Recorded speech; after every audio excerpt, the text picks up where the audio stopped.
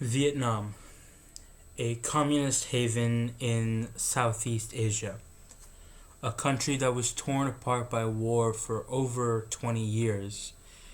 This conflict began in the 1950s as part of the larger Cold War conflict and ended in the 1970s and ended up shaping the overall history of the entire country and ended up having a very profound impact on the world. And today I will be exploring what happened in Vietnam, the aftermath of Vietnam, and the truth of Vietnam.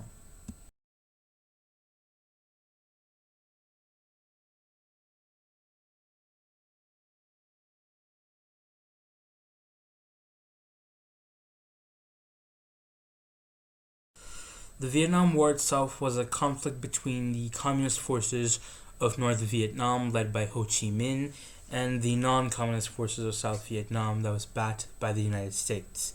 The war officially began in 1954, a little over a year after the end of the Korean War, and lasted until 1975, perhaps the longest conflict of the Cold War up until this point. The United States was involved in the conflict by the early 1960s, and by 1968, over 500,000 American men were stationed in Vietnam. Veteran accounts include them remembering the smell, the noise, the fear, and the heat in Vietnam, with others stating that it was a war without a clear objective. They didn't know, nor do they remember who the enemy was or why they were there at all. The escalations came in 1968, after the North Vietnamese launched a massive attack on the South Vietnamese cities during the Tet holiday, calling this the Tet Offensive. Though it was eventually repelled, it was a major turning point in the war. The war was also deeply unpopular within the United States, with many American citizens believing that the United States should not have been involved in Vietnam, and protests within the country were widespread. Many accounts from people include stating that we didn't want our friends and family members to die in a war that made no sense. We were also concerned about the impact of the war on the Vietnamese people. In 1975, the Vietnamese forces captured Saigon, the capital of South Vietnam, and the war officially came to an end. The US withdrew its troops from Vietnam, and the country was reunified under communist rule, which it is still under today. According to the Vietnamese, they state that the end of the war was a relief, but it was also a time of great uncertainty. Many saying that they had to rebuild the country from scratch, calling it a difficult and painful process.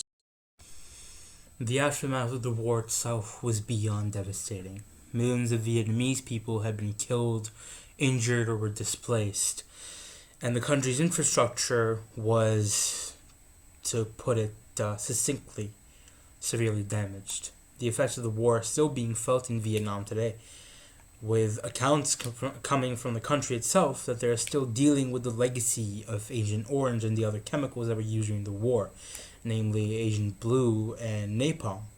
Napalm being jellied petroleum, and Agent Orange and Blue being major herbicides that were used in Vietnam to either demoralize or destabilize Viet Cong forces and to eliminate forest cover that would bring the Americans on a level field that they were used to against the Vietnamese or the Viet Cong, who were more so used to their own terrain, using it for their own brand of warfare that was more psychological in nature beyond anything else. The legacy of Agent Orange is still very much alive and well today, with many births today being affected by the overall structure of the chemical permeating into everything that the Vietnamese do, everything from their air to their soil. Whatever they needed to live was tainted by Agent Orange and Agent Blue. The war itself is something horrifying, and when you apply our modern moralities to it, we have no other choice but to come to the conclusion that what happened in Vietnam was beyond barbaric. However, within a tragedy lies a great lesson. The Vietnam War was once a tragedy affecting millions. It was a war without winners, only losers. Despite the pain and the suffering of the war almost 40, 50 years ago, the Vietnamese people have shown incredible resilience and determination, and today, Vietnam is a rapidly developing country with a very bright future ahead of it. So, when we try to bring an end to what happened, when we try to conclude what happened in Vietnam, we do not blame the Vietnamese for doing what they did. They were defending themselves. What the truth is that the United States, throughout history, has always been looking to maintain its hegemonic status since it was the only stable country since the Great Depression, since World War One. Since World War One basically brought an end to a lot of major economies, with World War Two bringing those economies crashing down to the point where imperialism fell. So the whole rise against communism by the West was just a masked maneuver to try and establish neocolonialism, a brand of neocolonialism that only the United States is known for, which is financial neocolonialism, which affects third world countries today.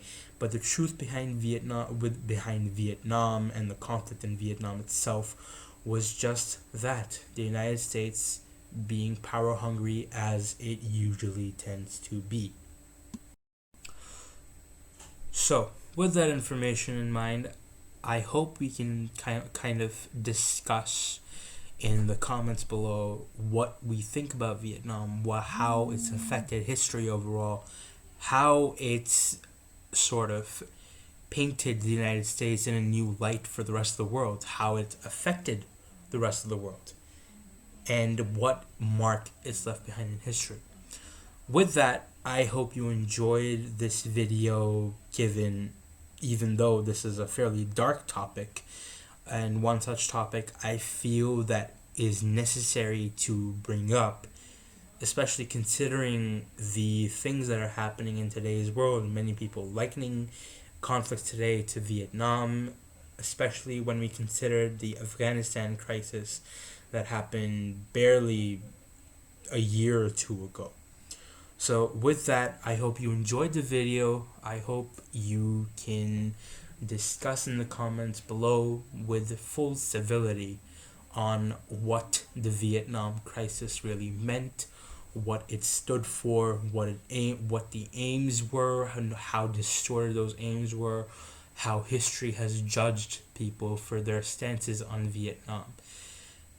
So I hope you liked the video. Please share the video, subscribe, it really helps, and I'll see you next time. Thank you.